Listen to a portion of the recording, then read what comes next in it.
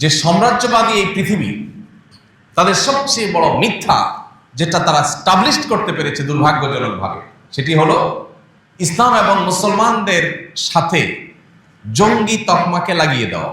গত এক শতাব্দীতে গোটা পৃথিবীতে পৃথিবীর পরাশক্তিগুলোর অর্থায়নে প্রতিষ্ঠিত সবচেয়ে বড় মিথ্যা এটা, যে মুসলমানদেরকে সন্ত্রাস এবং জঙ্গিবাদের তকমা দিয়ে তাদেরকে কোণঠাসা করে রাখা। আপনি যদি উন্নত দেশগুলো ট্রাভেল করে থাকেন, নিশ্চয় আপনার ধারণা থাকার কথা যে শুধুমাত্র মুসলিম পরিচয়ের কারণে আপনাকে বহু হেনস্থার শিকার হতে হবে। এই যে মুসলিমকে হেনস্থা করা যায়, মুসলিম হলেই তাকে অত্যাচার করা যায়, টর্চার করা যায়, জুলুম করা যায়, এই ন্যারেটিভ প্রতিষ্ঠা করেছে যে মিথ্যা দিয়ে। সে মিথ্যা হলো ইসলাম এবং মুসলমানের সাথে জঙ্গিবাদ এবং সন্ত্রাসবাদের তকমা লাগিয়ে। আন্তর্জাতিক এই শয়তানি ষড়যন্ত্র যেটা চলে আসছে যুগ যুগ ধরে, এই ষড়যন্ত্রকে বাস্তবায়ন করার জন্য বহু নাটকের মঞ্চায়ন হয়েছে, যেটা আমরা ইতিপূর্বে দেখেছি। বহু ঘটনা নিজেরা ঘটিয়ে উদুরপিণ্ডি বুদুর গাড়ে চাপিয়ে, যেহেতু মিডিয়াগুলো তাদের নিয়ন্ত্রণে, সেখানে সাদাকে কালো করে দেখিয়ে সাধারণ মানুষকে বিভ্রান্ত করে তারা তাদের এজেন্ডা বাস্তবায়ন করেছে। আমরা যে ভূখণ্ডে বসবাস করছি, আমাদের এই দেশেও দীর্ঘদিন পর্যন্ত এই খেলা চলে এসছে। আপনারা যে জায়গাটা বসে আছেন, নারায়ণগঞ্জ, এই নারায়ণগঞ্জ ছিল এই নাটকের সবচেয়ে বড় মঞ্চ। টেলিভিশনে লাইভ প্রদর্শন হচ্ছে, জঙ্গি বিরোধী অভিযান চলছে, একটা বাড়ি ঘেরাও করে আছে র্যাবের লোকজন এবং টান টান উত্তেজনা, অস্ত্র তাক করে আছে, ভিতরে ধ্বংসাত্মক অস্ত্র নিয়ে জঙ্গিরা অবস্থান করছে। আমরা জনগণ হাতা টাতা গোছায় টিভির সামনে বসছি দেখার জন্য, হায় হায় কি সর্বনাশ, হুজুররা দেশটাকে শেষ করে ফেলল। এরপরে ভেতর থেকে বের করে আনা হলো আগে থেকে সাজানো ফাজাইলে আমাল, তারপরে আপনার হেকায়েতে সাহাবা, তারপরে আপনার কোরআনের তর্জমা, এরকম বই পুস্তক সামনে সাজায়া, এই যে জেহাদি বই পাওয়া গেছে এবং ককটেল কিছু সাজায়া, এরপরে একটা ছবি, পরের দিন সব পত্রিকা গুরুত্বের সাথে প্রচার হলো। আমাদের সবার চিন্তা শেষ না, হ্যাঁ হ্যাঁ দেশটা শেষ হয়ে গেল। এই তো গত সপ্তাহেই দায়িত্বশীল পুলিশ অফিসার, পুলিশ কর্মকর্তারা, দায়িত্বশীল পদে থাকা ডিআইজিরা অকপটে একের পর এক স্বীকার করেছেন যে বিগত আমলে জঙ্গি অভিযানের নামে সবগুলো ছিল নাটক। অবাক করা বিষয় হলো, এই নাটক আবার নতুন করে শুরু হচ্ছে বাংলাদেশে। গত সপ্তাহে একটা মামলা হয়েছে, সেখানে কিছু তরুণ উদীয়মান পশ্চিমা অপশক্তি শয়তানি শক্তির ঘুম হারাম করা কিছু যুবক, তাদেরকে সেখানে আবারও এই নাটকের স্ক্রিপ্টে তাদের নাম যুক্ত করে আবার এই খেলাটা শুরু করার চেষ্টা চালানো হচ্ছে। আমরা সাধারণ মানুষ অনেক কিছু জানি না, অনেক অন্ধকারে আছে। এক র্যাব কর্মকর্তা এখন জেলে আছে, এই জঙ্গি নাটকের পেছনের কারিগরদের একজন। উনি একবার আমাকে কল করেছেন, আরো বছর 3 আগের কথা। হোয়াটসঅ্যাপে নক করেছেন, এরপরে ফোন দিয়েছেন, দিয়ে বললেন, হুজুর আমাকে সব হুজুররা চিনে। এর মানে হলো আপনি তো আজকে প্রথম আমার সাথে কথা বলতেছেন, ওটা পাত্তা দিচ্ছেন না আমাকে সব হুজুররা চিনে। এরপর উনি ওনার একটা আবদার রাখলেন, আলহামদুলিল্লাহ আমি সে আবদার কৌশলে এড়াই গেলাম। উনি আমাকে একটা ফাঁদ দিয়েছিলেন, যে ফাঁদে আমি যেন পাও দেই, আল্লাহ তাআলা আমাকে রক্ষা করেছেন, আমি কৌশলে সেখান থেকে সরে যাই, আমাকে সে ফাঁদে ফেলতে পারে। আমরা অনেকে জানি না, আমাদের ট্যাক্সের টাকায় জঙ্গি দমনের নামে কমপক্ষে 15 থেকে 20টা, মানে 15টার নিচে না, আমি এক্সাক্ট ফিগারটা বলতে পারছি না, 15 থেকে 20টা অথরিটি বাংলাদেশে আছে। আইন শৃঙ্খলা রক্ষাকারী বাহিনীগুলো এবং বিভিন্ন এজেন্সিগুলোর বিভিন্ন টিম উইং আছে, 15 থেকে 20টা উইং। কিসের জন্য? জঙ্গি দমন করার জন্য। একদিকে আমরা দেখছি আইন শৃঙ্খলা রক্ষাকারী বাহিনীর কর্তৃপক্ষ, এমনকি সরকারের আইন শৃঙ্খলা বিষয়ে সংশ্লিষ্ট মহল, দায়িত্বশীল জায়গা থেকে বলা হচ্ছে বাংলাদেশে কোনো জঙ্গি নাই। আমাদের পার্শ্ববর্তী দেশগুলোতে যে পরিমাণ হামলা হয়, সন্ত্রাসী হামলা যেটাকে বলেন আপনারা, এই টাইপের হামলা হয়, মসজিদে হামলা, জানাজাতে হামলা, ধর্মীয় প্রতিষ্ঠানে হামলা, এই এক হামলা 50 জন মারা গেছে, 200 জন মারা গেছে। বাংলাদেশে এরকম হামলা কয়বার হয়েছে কি বলেন? যে মসজিদে জুমার নামাজে হামলা হয়ে 200 মানুষ মারা গেছে, শুনছেন কখনো? যে মাদ্রাসাগুলোতে ছাত্রদের নিজের মারামারি, বোমা হামলা, এটা হয়ে 200 ছাত্র নিহত হয়ে গেছে, আহত হয়ে গেছে, শুনছেন কখনো? এইরকম একটা শান্তিপ্রিয় ভূখণ্ড, আলেম সমাজের এরকম দায়িত্বশীল অবস্থান গোটা পৃথিবীতে বিরল, যেটা বাংলাদেশে আছে। সেই দেশে 15 থেকে 20টা উইং রাখা হয়েছে শুধুমাত্র জঙ্গি দমনের নাম করে। কাউন্টার টেররিজম, অ্যান্টি টেররিজম, এটা সেটা নাম দিয়ে উইং খুলে রাখা হয়েছে। কাদেরকে খুশি করার জন্য? পশ্চিমা বাবাদেরকে খুশি করার জন্য।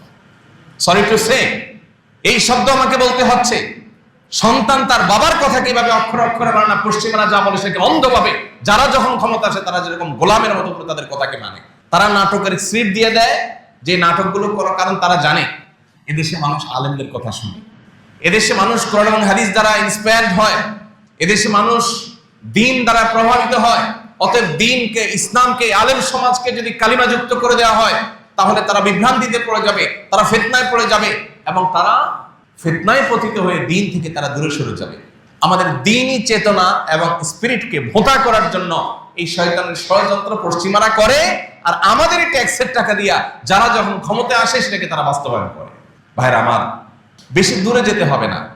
গুম কমিশনের যে রিপোর্ট, এই রিপোর্ট যদি পর্যালোচনা করেন আপনি দেখবেন নিরীহ নারীদেরকে, একজন পর্দানশীল নারী জীবনে তার ছায়া যেখানে কোনো পুরুষ দেখতে পারে নাই, তাকে আইন শৃঙ্খলা রক্ষাকারী বাহিনীর এই সমস্ত তথাকথিত জঙ্গি দমনের নামে এই সমস্ত সন্ত্রাসীরা, যারা আইন শৃঙ্খলার পোশাক, আইনের পোশাক পরে সন্ত্রাসী কর্মকাণ্ড করেছে, নিরীহ জনগণকে, ওই নারীকে ধরে নিয়ে বর্বরতার সর্বোচ্চ সীমা রেখা সব অতিক্রম করে গেছে।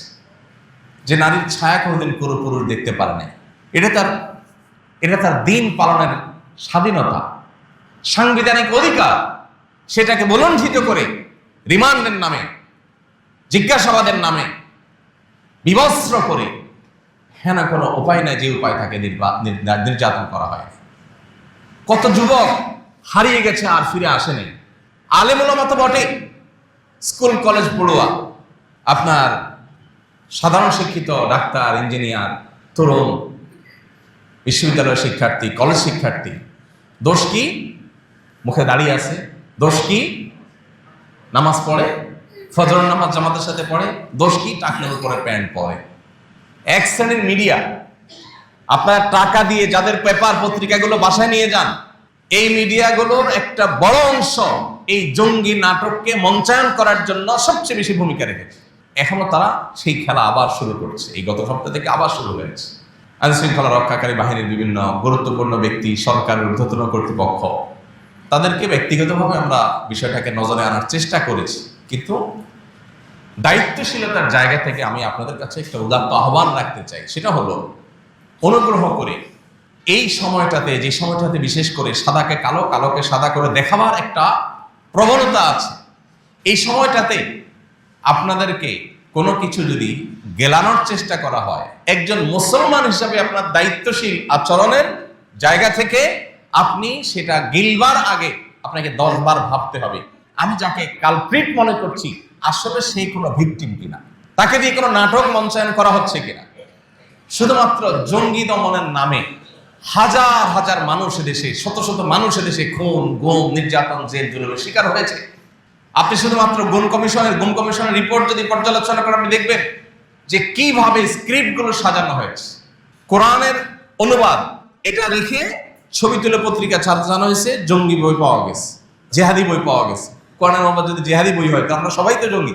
কোরআনের অনুবাদ যদি রাখলে কেউ জঙ্গি হয় তো আমরা সবাই জঙ্গি। দেখেন, আমাদের মাইন্ডসেটটা এমন ভাবে তৈরি হয়েছে, একজন মানুষকে যদি বলা হয়, রাজনৈতিক নেতাদেরকে যদি বলা হয় যে মোবাইল চুরির মামলায় একটা দলের প্রধানের বিরুদ্ধে চার্জশিট হয়েছে, তার বিরুদ্ধে মামলা হয়েছে মোবাইল চুরির বিরুদ্ধে, গরু চুরির বিরুদ্ধে, এগুলো তো বাংলাদেশে সকাল বিকাল হয়, তাই না? তো নতুন কিছু না, এগুলো আমাদের বিনোদনের খোরাক, আমরা মজা পাই এগুলো দিয়ে। আমরা জানি যারা যখন ক্ষমতায় থাকে, বিরোধী দলের যারা থাকে, তাদের নামে সমস্ত হামলা, মামলা, মিথ্যা বিভিন্ন অজুহাত দেয়। জঙ্গি ইস্যুটা তো এরকম না, এটা তো সিরিয়াস ইস্যু। কারণ নাম দিয়ে, ছবি দিয়ে যখন আপনি জঙ্গি হিসাবে তাকে পত্রপত্রিকায় রিপোর্ট করছেন, কোনো আপনার আইন শৃঙ্খলা রক্ষাকারী বাহিনীর কোনো মিডিয়া উইং যখন তাকে কালপিট হিসেবে দেখিয়েছে, তখন সমাজের মানুষের কাছে তার রক্ত হালাল হয়ে গেছে। সবাই মনে করে, আরে জঙ্গি ডেঞ্জারাস ব্যাপার স্যাপার, তো তাহলে তো এরে গুম করা, এরে খুন করা, এরে নির্যাতন করা, রিমান্ডের নামে জুলুম করা, এই সব কিছু বৈধ হয়ে যায়, হালাল হয়ে যায়। বহু নিরীহ মানুষ এখনো জেলখানায় ফাঁসির আদেশ নিয়ে, বহু নিরীহ মানুষ জেলখানায় এখনো জেল জুলুম সহ্য করছে, বছরকে বছর জেলে পুরে পড়ছে। কেন? তাদের নামে রায় হয়ে গেছে, তারা অপরাধী, দোষ স্বীকার করছে কিভাবে? সেই পদ্ধতি আমাদের কারোর কাছে অজানা না। দোষ স্বীকার করবে না, তার স্ত্রীকে ধরে নিয়ে আসছে, মা বোনকে ধরে নিয়ে আসছে, তাদেরকে নির্যাতন করা হচ্ছে। তখন সে তার নিজের জীবন রক্ষা করবার জন্য এই বানোয়াট স্বীকারোক্তি দিয়ে মা বোনকে রক্ষা করবার চেষ্টা করেছে। ওই মিথ্যা স্বীকারোক্তির উপরে ভিত্তি করে রায় হয়ে গেছে এবং ফাঁসির জন্য অপেক্ষমান আছে, জেল জুলুম চলছে। যে ভূখণ্ডে এই ধরনের জুলুম চলতে থাকে, আর আমরা সাধারণ মানুষ, আমরা অনেকেই দায়িত্ব জ্ঞানহীন হয়ে আমরা এই সমস্ত প্রোপাগান্ডাকে বিশ্বাস করি। যখন এই জঙ্গি জিগির চলেছে, তখন অনেক সাধারণ মানুষ আলেম ওলামাদেরকে দেখলেই সন্দেহ করে। ঠিক না ভাই? ঠিক। এই দেশে চাঁদাবাজি নিয়ন্ত্রণ করার জন্য কয়টা উইং খোলা হয়েছে, যে দেশের সব চাঁদাবাজিগুলো নিয়ন্ত্রণ করা হবে। কেউ ঘর বাড়ি করতে গেলে চাঁদা যেন কেউ নিতে না পারে, একজন রিক্সা চালক রিক্সা যদি চালাতে গিয়ে একজন সিএনজি চালক সিএনজি স্ট্যান্ডে যেন তাকে চাঁদা দিয়ে দাঁড়াতে না হয়। এই চাঁদাবাজি বন্ধের জন্য আইন শৃঙ্খলা রক্ষাকারী বাহিনী কয়টা উইং খুলেছে, এটা আমাদের জানতে ইচ্ছা করে।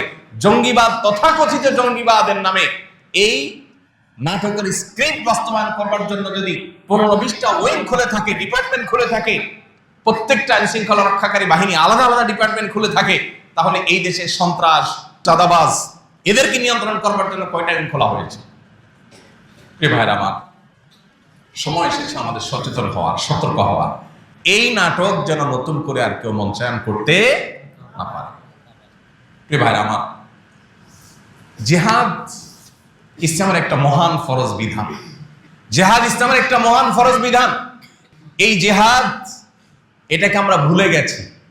অনেক ফরজ নিয়ে আলোচনা হয়, এই ফরজ নিয়ে আলোচনা হয় না। জিহাদ মানে ঠুস ঠাস কাউকে মেরে দেওয়া নয়। জিহাদ মানে নিরীহ মানুষের উপরে বোমা হামলা করা নয়, যেটা পশ্চিমারা করছে। প্রকৃত জঙ্গিবাদে তো তারাই লিপ্ত। আপনি মুসলমান, জিহাদ শব্দ শুনলে আপনি কাচুমুচু করেন, আপনি চিন্তা করেন, হ্যাঁ হ্যাঁ হুজুর কি বলে এগুলো। ভাই, কোরআনে জিহাদের অসংখ্য আয়াত আছে, তাহলে কি আপনাকে ইসলাম থেকে ছেড়ে চলে যেতে হবে? যদি আপনি জিহাদের উপরে আপনার বিতশ্রদ্ধ ভাব থাকে, ঈমান নিয়ে টানাটানি হবে। জিহাদ মহান ফরজ বিধান, তবে জিহাদ ছেলে খেলা নয়। জিহাদ আর সন্ত্রাস এক জিনিস না। জিহাদের কথা বললে যদি কাউকে সন্ত্রাসী বলা হয়, এটা হলো পশ্চিমাদের সবচেয়ে বড় অস্ত্র। ওরা জানে মুসলমানদের জিহাদি চেতনার কাছে ওরা কোনোদিন দাঁড়াতে পারবে না। ওরা জানে মুসলমান যদি কোরআনের নির্দেশ দ্বারা উজ্জীবিত হয়, এই মুসলমানকে দমাবার মতো কোনো টেকনোলজি ওরা আবিষ্কার করতে পারবে না। এই জন্য তারা আমাদের ওই চেতনাকে ভোতা করে দেওয়ার জন্য জিহাদ, জিহাদি চেতনা, এটাকে কালাট করার জন্য তারা নানাবিধ ষড়যন্ত্র এবং ষড়যন্ত্রের জাল তারা এঁটেছে। তারা বহু সন্ত্রাসী গোষ্ঠী তৈরি করেছে। তাদের কর্মকাণ্ড এটাকে ইসলামের কর্মকাণ্ড হিসেবে দেখিয়ে মুসলমানদেরকে বিভ্রান্তির মধ্যে ফেলে দিচ্ছে। হ্যাঁ হ্যাঁ, ইসলামের নামে কি হচ্ছে এসব? মনে রাখবেন, ন্যূনতম কোরআন হাদিসের ধারণা যদি কারোর মধ্যে থাকে, প্রাথমিক লেয়ারের যদি মুসলমানও কেউ হয়, সে কোনোদিন সন্ত্রাসী হতে পারে না, অসম্ভব।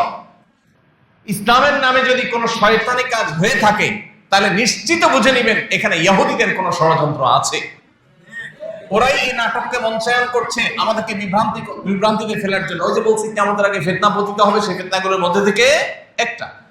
আমরা এখানে যারা আছি, বিগত আমলে যখন জঙ্গি নাটক মঞ্চায়ন করা হয়েছে, কয়জন বুকে হাত দিয়ে বলতে পারবেন আমি 100% বুঝতে পেরেছি এটা নাটক, এই মানুষগুলো ভিকটিম, এদেরকে দোষী সাব্যস্ত করা হচ্ছে, এদের কোনো দোষ নাই? কয়জন মানুষ বলতে পারবেন? বরং বেশিরভাগ মানুষ নিজেরাই ধোঁয়াশার মধ্যে পড়ে গেছেন, চিন্তার মধ্যে পড়ে গেছেন। হায় হায়, হলোটা কি? স্কুল কলেজের ছেলে ফেলে নষ্ট হয়ে যাচ্ছে, আর ধার্মিক ছেলে ফেলে মানেই হলো যে মনে হয় বোমা নিয়ে ঘুরে। ভাইরা আমার, এই দেশে রাজনীতির নামে শিক্ষা প্রতিষ্ঠানগুলোর ক্যাম্পাসে অস্ত্রের মহড়া, এটি সকাল বিকালের নিত্য নৈমিত্তিক চিত্র, তাই না? লাশের পরে লাশ পড়া, প্রতিনিয়ত আপনার একের পরে খুন হওয়া, এগুলো তো আমাদের শিক্ষা প্রতিষ্ঠানগুলোর, কলেজ বিশ্ববিদ্যালয়গুলোর নিত্য নৈমিত্তিক চিত্র। এগুলো যারা করে, আপনি শুনবেন না তাদেরকে কখনো জঙ্গি হিসাবে কেউ তকমা দেয়। শুনেছেন কখনো? বিগত 5ই আগস্টের আগে মোবাইলে SMS পাঠানো হয়েছে যে চতুর্দিকে জঙ্গি হামলা হচ্ছে, সবাই ঘরে থাকেন, সতর্ক অবস্থানে থাকেন। কারফিউ বাস্তবায়নের জন্য জনগণের ন্যায্য অধিকার আদায়ের আন্দোলনকে কি বলা হয়েছে? জঙ্গি হামলা। এখান থেকে বোঝা যায় যে মূলত জঙ্গি এই শব্দটা এটা হলো সকল প্রকার সত্যকে লুকাবার জন্য, সাধারণ মানুষের চোখে ধুলে দেওয়ার জন্য। আমরা অনেকেই এখনো বিশ্বাস করি যে জঙ্গি মানে হলো ডেঞ্জারাস অপরাধী। আরে ভাই, প্রকৃত অর্থে যদি কেউ সন্ত্রাসী হয় সেটা তো আসলেই সত্যিকারই বড় অপরাধী। কিন্তু আপনি যেটাকে জঙ্গি হিসাবে দেখছেন, জানছেন, সে জঙ্গি, সে সন্ত্রাসী, এটা কোনো প্রমাণ হয়েছে? দেখুন, কারোর কাছে ওই যে তথাকথিত জেহাদি বই পাওয়া গেছে, এই ছবি দিয়া যখন পত্রপত্রিকায় গেছে তখন আমরা সাধারণ মানুষই সময় ধরে নিয়েছি, হ্যাঁ লোকটা কত খারাপ। একবার চিন্তা করি না এই বইয়ে কি আছে, এই বইয়ে কি আছে যেটা দেখিয়ে তাকে খারাপ বলা হচ্ছে। তবলিগি নেসাবের বই দিয়া জেহাদি বই নাম দিয়া ছাপায় দেওয়া হয়েছে। ভাইরা আমার, এই যে 15 থেকে 20টা ডিপার্টমেন্ট, হাজার হাজার ফোর্স, শত শত ফোর্স এখানে কাজ করছে, পশ্চিমারা সেখানে কোটি কোটি টাকার ফান্ডিং করে, তহবিল দেয়। এই টাকাকে হালাল করার দরকার হয়। ধরেন 20টা যদি জঙ্গি দমন ডিপার্টমেন্ট থাকে বিভিন্ন প্রতিষ্ঠানদের, ডিএমপির আলাদা উইং, র্যাবের আলাদা উইং, এনএসআর আলাদা উইং, ডিজিএফআইয়ের আলাদা উইং, পুলিশের অনেকগুলো উইং, এইভাবে যদি সবাই আলাদা আলাদা জঙ্গি দমন নিয়ে অনেকগুলো উইং থাকে, বাংলাদেশের টোটাল জঙ্গি সংখ্যা কত? সরকার বা এই সংশ্লিষ্ট মহলের উচিত সেটা প্রকাশ করা। দাবি করার সময় বলে না বাংলাদেশে কোনো জঙ্গি নাই, জঙ্গিবাদ নাই, কিন্তু উইং খুলে রাখছেন আপনি 15 থেকে 20টা। জনগণের ট্যাক্সের টাকায় অপচয় কেন? এদেশে কি আইন শৃঙ্খলা রক্ষাকারী বাহিনীর আর কাজ নাই? শুধু জঙ্গি দমনের জন্য এতগুলো উইং খুলে বসছেন। এই উইংগুলো চলে কোত্থেকে? বিদেশিরা যখন ফান্ড দেয়, তহবিল দেয়, পশ্চিমারা শত শত কোটি টাকা দেয়, ওই টাকা হালাল করার জন্য ওর তো কোনো কাজ নাই। কারণ আসলে তো আদতে জঙ্গি নামের এই নাটক ছাড়া তো বাস্তব কিছু নাই। সে এটাকে বাস্তবায়ন করার জন্য হুদাই নিরীহ কোনো এক মানুষকে পেয়া তাকে ধরছে। আপনারা হলে আর্টিজান হামলার সময় দেখেছেন এদেশের প্রথম সারির তথাকথিত মিডিয়ার নামে এই সন্ত্রাসবাদীদের সবচেয়ে বড় অস্ত্রগুলো তারা কিভাবে নিরীহ মানুষকে দোষী সাব্যস্ত করেছে। যে ওখানে হামলাকারীদের একজন তার সোশ্যাল মিডিয়াতে দেখা গেছে সে ডক্টর জাকির নায়েকের পেজে লাইক দিয়েছে, বাস এই অপরাধে পৃষ্ঠবী বন্ধ। এই গত সপ্তাহের যে মামলা হয়েছে, ওই মামলার যদি মানে স্ক্রিপ্ট শুনেন আপনি তাজ্জব করে যাবেন যে এখনো দেশে এগুলো চলতেছে, নতুন বাংলাদেশে এগুলো চলছে। একজনকে ধরছে, তার মোবাইলে পাওয়া গেছে সে কোন পাবলিক প্রোগ্রামে 3-4 জন বক্তার ছবি তুলছে। এই বক্তার ছবি তুলছে, তাহলে এবার বক্তাদেরকে নামে মামলা আসামি দিয়ে দিতে হবে। এখন আমি এখানে বক্তব্য দিচ্ছি, কত মানুষ ছবি তুলছে। এখন আপনি কোন একটা, আসলে আপনি দোষী কিনা সেটা তো আল্লাহ ভালো জানে, ধরলাম তর্কের খাতিরে যে আপনি দোষী, আহমদুল্লাহ ছবি তুলছেন, তাহলে এই বেটারাও মামলার নামে দিয়ে দাও। আইন শৃঙ্খলা রক্ষাকারী বাহিনীর ভাইয়েরা তারা হাসির পাত্র হওয়া থেকে তারা সিরিয়াস কবে হবেন আমি জানি না। তাদের মধ্যে ন্যূনতম, বিশেষ করে যারা এই কর্মকাণ্ডগুলো করে, তাদের মধ্যে ন্যূনতম লজ্জা, শরম, দায়িত্বশীলতার কোনো জায়গা তাদের আছে কিনা আমি জানি না। আপনারা দেখেছেন আরেকজন বক্তাকে গত আমলে গ্রেপ্তার করে সম্ভবত 2-2.5 বছর জেলে রাখা হয়েছে। কি অপরাধ? যে একটা ছেলে উত্তরবঙ্গ না কোন জায়গা থেকে ধান কাটার কাইচি নিয়ে ঢাকায় আসছে সংসদ ভবন ভাঙবেশের জন্য। ধান কাটার কাইচি নিয়ে আসছে সংসদ ভবন ভাঙবেশের জন্য, এবং তার মোবাইলে পাওয়া গেছে ওই বক্তার ছবি। তাহলে বক্তারা বেরো। মগের মল্লুকের গল্প আমরা অনেক শুনেছি, কিন্তু মগের মল্লুকের বাস্তব রূপ আমরা দেখিনি। দুর্ভাগ্য আমাদের, আমরা এখন সেটা দেখছি। প্রিয় ভাইরা আমার, এই কথাগুলো আপনাদের সাথে বলার উদ্দেশ্য হলো, আপনি আমি যদি সচেতন না হই তাহলে এইভাবে একের পর এক নাটক করে করে দেশটাকে গোল্লায় নিয়ে যাওয়া হবে। আমাদের লজ্জা হয়, আমাদের পরে স্বাধীনতা অর্জন করে যে সমস্ত দেশগুলো এখন এমন উচ্চতায় চলে গেছে, ওইসব দেশগুলোতে গেলে নিজের দেশের দিকে তাকালে অসহায় মনে হয় যে আমরা কোথায় দাঁড়িয়ে আছে, ওরা কোথায় চলে গেছে। আর আমাদের জনগণের ট্যাক্সের টাকা দিয়ে দেশে উন্নয়ন না করে এই সমস্ত নাটক করা হয় বসে বসে। একজন অফিসার, তার একটা প্রমোশন দরকার, সে একটু উপরের চেয়ারে যাবে, এটার জন্য তার 2 জন দাঁড়িয়ালা কলেজের ছাত্র, ইউনিভার্সিটির ছাত্র, মাদ্রাসার হুজুর পদ থেকে ধরে তার কাছে ওই যে জেহাদি বই পাওয়ার নাটক মঞ্চায়ন করে সে একটা অভিযান চালায়া সে লাইমলাইটে আসে। তখন ঊর্ধ্বতন কর্তৃপক্ষ দেখে, হ্যাঁ এ তো খুব সিরিয়াস জঙ্গি দমনে, তাহলে একটা প্রমোশন দেওয়া হবে। ওর একটা প্রমোশনের জন্য একটা পরিবারকে সারা জীবনের জন্য ভিকটিম বানিয়ে গোটা সমাজের কাছে কালপিট বানিয়ে দেওয়া হয়েছে। অসংখ্য কলেজ ইউনিভার্সিটির ছেলেপেলেরা শুধু সৎ পথে আসার কারণে, শুধু দিনের পথে আসার কারণে তাদেরকে জঙ্গি তকমা দিয়ে বছরের পর বছর তাদেরকে গুম করে রাখা হয়েছে, জেলে পুরে রাখা হয়েছে। একটি দুটি নয়, শত শত ঘটনা ঘটেছে। আমরা কজন মানুষ তখন বলেছি এসব মিথ্যাচারের বিরুদ্ধে আমরা দাঁড়াই, এই সমস্ত শয়তানের সংগঠনের বিরুদ্ধে আমরা কথা বলি। বরং আমরা অনেকে নিজেরা বিভ্রান্ত হয়ে গেছি, মনে করছি হ্যাঁ বোধহয় ছেলেরা আসলেই সন্ত্রাসী।